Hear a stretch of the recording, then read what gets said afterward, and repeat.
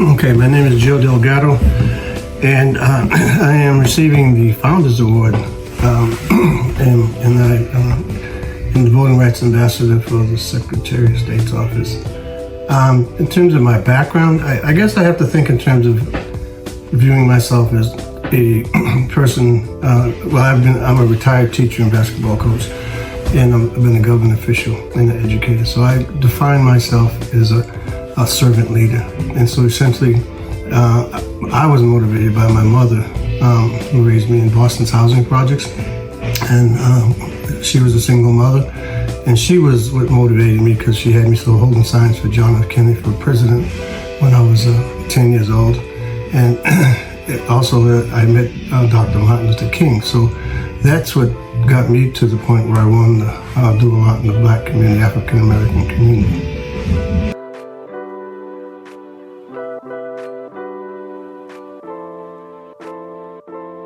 Well, first of all, I've been blessed to serve for 10 years as the Voting Rights Ambassador for Secretary of State's office. And our mission statement is basically voter registration, education, and information, and I do voter outreach. And so over the years, I have traveled the state and encouraged our young people to vote. And because voting is our voice, and if we don't use our voice, when we get results, we can't or shouldn't complain. And so all my life, I've been involved with either the NAACP or some organization that did voter registration and outreach. And as a result, it was in my blood. It's my passion to get out and about. And you really have to look at the fact that why is it important to vote? Because one vote can make a difference. And as we have seen historically, when we don't vote, it's harder to complain because we're giving someone else our vote. And so the vote becomes our voice. And so I have become an advocate for civil rights, human rights, voting rights, diversity, equity, and inclusion, because those are the issues that are important to us as a community. And so if you want to have an impact in your own hometown, you've got to get civically engaged. I ran for school committee in Boston City Council because I wanted to be civically engaged. I work for the mayor of Boston, and I work for the second highest elected official now, which is the Secretary of State's office. And I also work for the former Secretary Katie Hobbs. And so now what I'm realizing is that by me being active and being the voice and out there registering people, we have, when I first started, we were like 50% of the eligible voters voted, and now we're at 80%.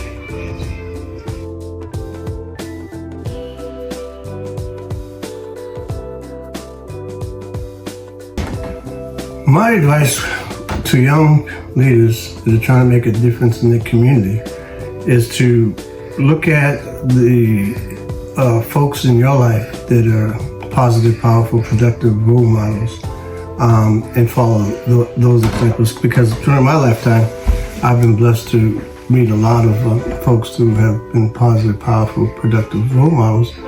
And the passion that you carry into the situation it will start in the home in terms of how your parents raised you. And so I would tell them that if they want to become successful in anything in life, that they should dream big and become the best self that they can be. That's the advice that I would give to them. And I think that there's a lot of role models. When I was coming up, there weren't very many role models. I could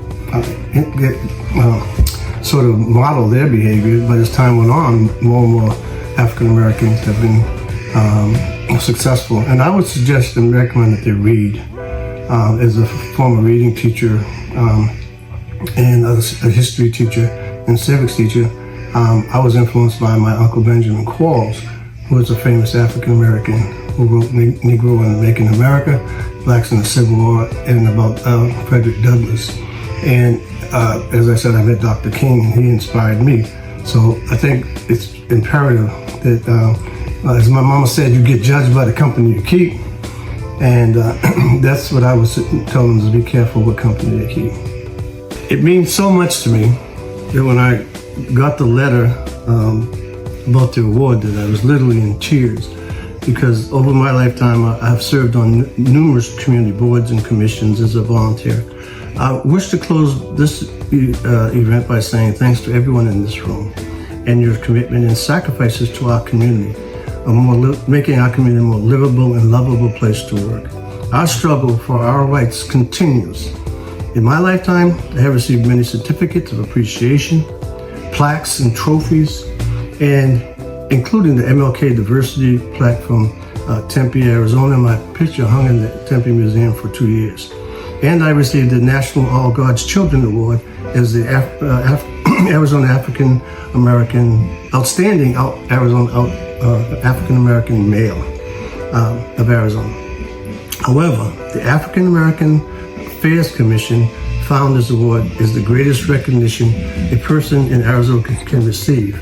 And I received this after 23 years of participating in this organization, and I was sitting at the table with Dr. Warren Stewart and Bishop Bonwell, Leland Taylor, and my mentee, big brother Mel Hanna.